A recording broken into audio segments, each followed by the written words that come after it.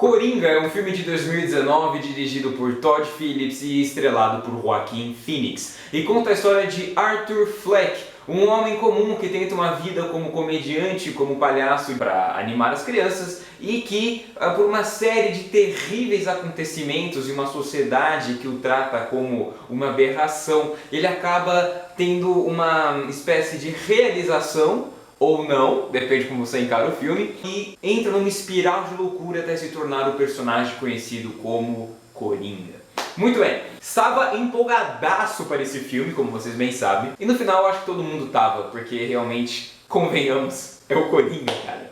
É um personagem fascinante, não importa a mídia no qual ele é retratado. Nos quadrinhos, nas séries, nos filmes, nos desenhos, nos jogos, o Coringa é um arquétipo, ou o Coringa é uma ideia, o Coringa é uma figura tão complexa, tão interessante, que é muito difícil fazer um trabalho ruim com ele.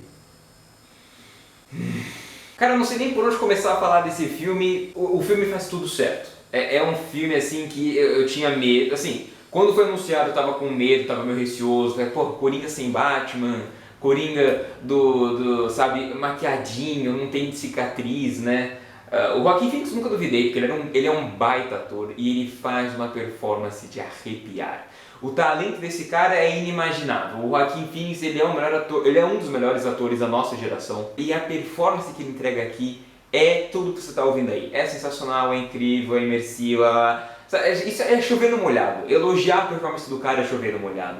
Ele faz aquilo que toda performance deveria ser, que é não parecer uma performance. Ele parece um cara que existe. Ele parece um cara que você encontra aí na rua. Além do mais, a transformação física pela qual ele passa se complementa com a mental. Em Hollywood você tem muitos desses casos desses atores que engordam quilos imensos ou emagrecem muito para fazer um personagem. Só que a transformação física, cara, é a cereja no bolo. Você não precisa mudar fisicamente, você tem que mudar sua feição e sua mentalidade. As melhores atuações são aquelas que estão aqui, ó, no psicológico. Tem muitos casos de atores que emagrecem ou engordam e fica nisso mesmo. Mas a mentalidade, a feição não muda nada. O Joaquin Phoenix não, ele faz os dois. Ele tá bizarramente magro e ele entrega umas expressões faciais. A sutileza com a qual ele faz algumas expressões, cara, é assim...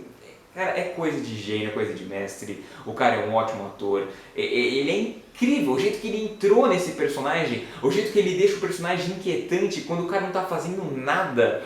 O jeito que ele é inocente no começo do filme termina como uma pessoa perigosamente imprevisível, mas que foi levado a ser imprevisível.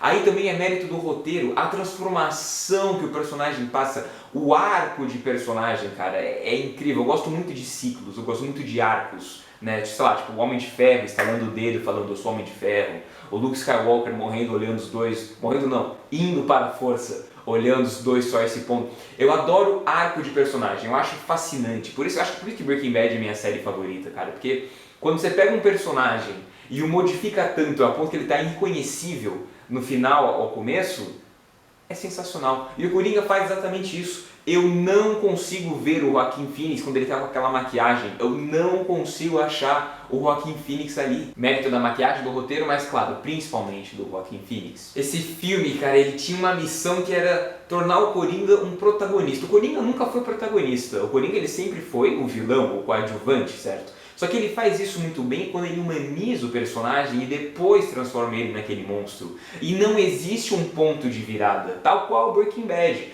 Não existe um ponto de virada que você fala assim, não, aqui o Walter White virou o Heisenberg. Não, ou aqui Arthur Fleck virou o Coringa.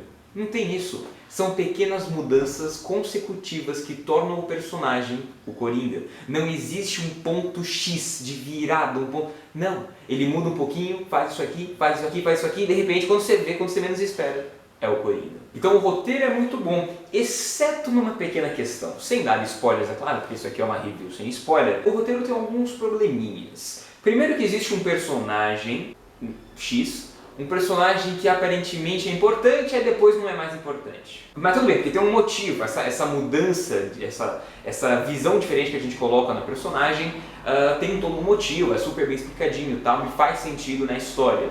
Só que quando você descobre que esse personagem não é mais importante, faltou dar um fechamento, entende? Essa pessoa aqui é importante, essa pessoa aqui é importante? Não, mentira, não era mais, eu te enganei. Legal, eu gostei de ser enganado, mas faltou concluir, sabe? Faltou dar uma última cena pra falar assim, agora essa pessoa está saindo do filme, sabe? Então faltou isso, faltou essa parte que me incomodou um pouco. Outro problema é que o filme é levemente repetitivo no sentido de que as cenas começam a ficar muito parecidas. Toda vez que o Arthur experimenta uma mudança muito profunda, que o coloca cada vez mais perto de ser o Coringa, ele faz uma dança, isso você vê no trailer, ele faz uma dança, uma espécie de acrobacia, né? Um porte físico, assim, como é que se diz? Uma performance, né? De palhaço mesmo. E é muito chocante quando você vê isso pela primeira vez, pela segunda, aí na terceira, aí na quarta vez que ele tá dançando, você começa a, porra, chega! Uma cena envolvendo um cinema e ele dança, de novo, mas de novo ele tá dançando. Ele dança tantas vezes que até perde um pouco do impacto quando ele dá a grande dança do clímax do filme, digamos assim. Né? Então isso me incomodou um pouco.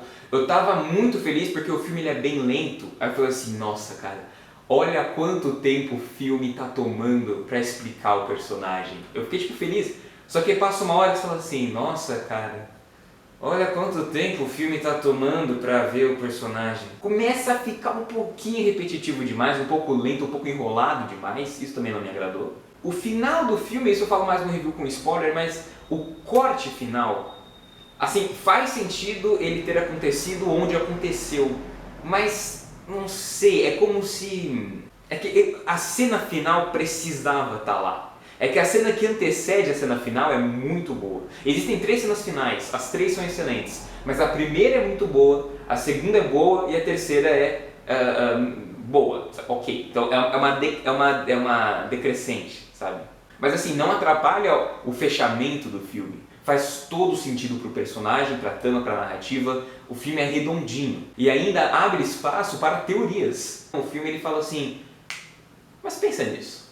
O filme ele não dá uma resposta final. Ele abre espaço para uma teoria para você ficar pensando aí um pouco, então o filme fica com você e isso é ótimo quando acontece. Meu último ponto negativo do filme é que existe uma espécie de forçação de barra. Eu posso falar sobre isso abertamente porque tem no trailer. No trailer você vê o Arthur trabalhando de palhaço e depois ele é espancado com a placa que ele estava segurando, né? Quando isso acontece, eles explicam lá o que aconteceu. Né? Tipo, eles falam, ele foi espancado por isso. Eles falam, ok. Só que pouquíssimas cenas depois ele é espancado num metrô, isso também você tem no trailer, não é spoiler. E eu fiquei, cara, são 2 cenas de espancamento, tipo, gratuitas, uma seguida da outra.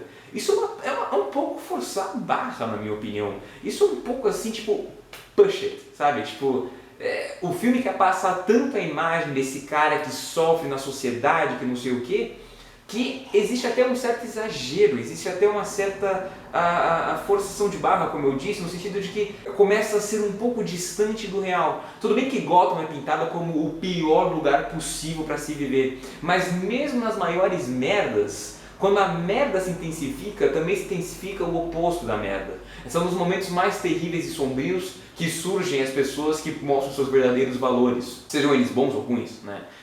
Quando o mal está no seu ápice, o bem também irá aparecer. Existe um contraponto, e eu não vi esse contraponto no filme. Não existe assim, calma, nem tudo está perdido, olha aqui, tipo, não, todo mundo é uma merda, todo mundo que mora em Gotham é uma... Com exceção de um personagem, todo mundo lá em Gotham é um lixo, é um escroto humano, todo mundo espanca o cara a troco de nada, sabe? O cara ele é espancado 2 vezes seguida por nada, isso é um pouquinho forçado. Mas tem que acontecer para contribuir com o arco da narrativa.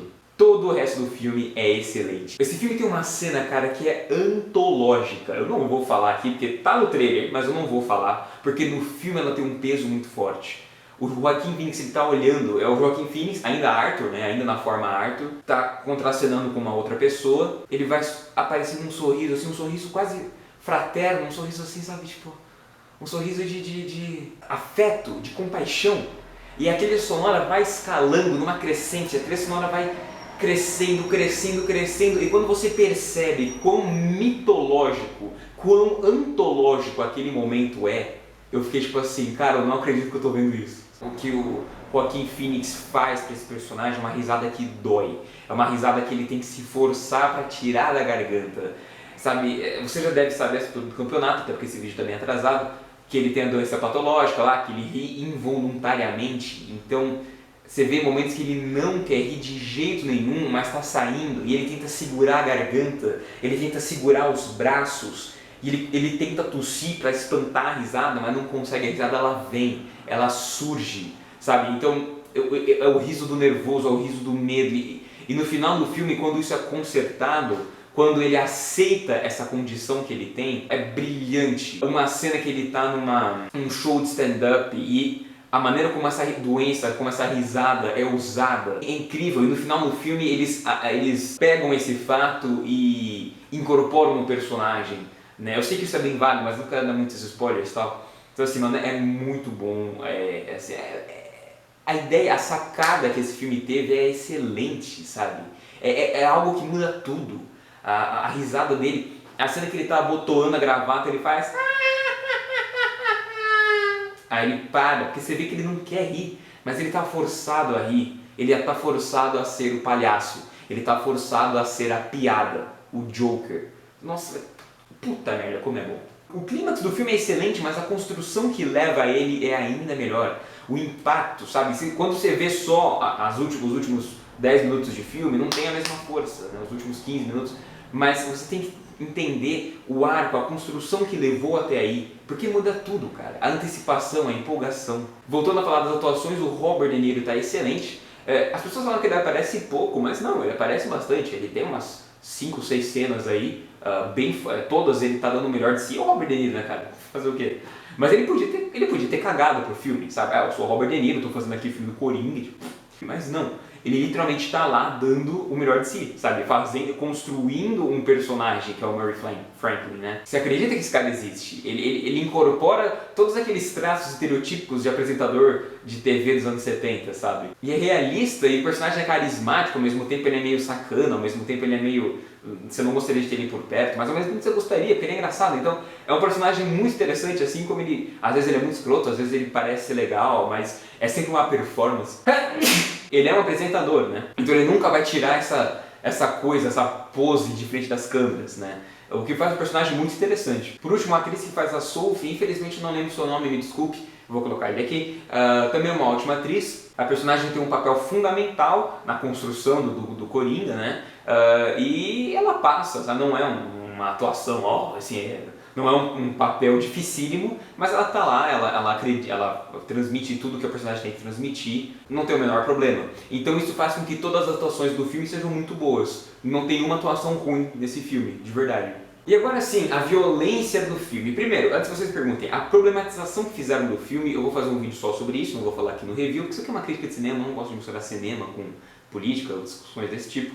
Mas a violência do filme é forte, é realista. Não é o filme mais violento que eu já vi na vida, obviamente. Mas a violência choca justamente por ser ponderada. O diretor segura a violência o máximo possível para depois soltar nas cenas mais fortes. Então, quando tem a primeira cena de violência, é bem pesado, mas é pesado justamente porque o diretor esperou para colocar lá e ele faz com que seja gritante. Ele coloca em momentos-chave, em momentos específicos para te chocar ainda mais. É bobagem que o filme estimula a violência, eu não vou falar disso aqui, mas é bobagem que a violência é glorificada. Não, a violência claramente ela é exposta visceralmente, sabe? É muito realista, é assustadoramente realista. Eu já vi muita violência em cinema ao ponto que eu estou dessensibilizado. Mas existe uma cena específica no filme que eu falei assim, caralho, sabe? Tipo, eu tremi, sabe? Eu não vou mentir que eu tremi. Tipo, realmente foi forte, foi impactante. O filme correspondeu às minhas expectativas e as superou. Ele entrega exatamente o que tem nos trailers. Se você gostou dos trailers, você vai gostar do filme. A atmosfera, o clima que tem no trailer é o que o filme passa. Essa atmosfera decadente dos anos 70, a crise, sabe? Anos 70 e 80, né, no caso.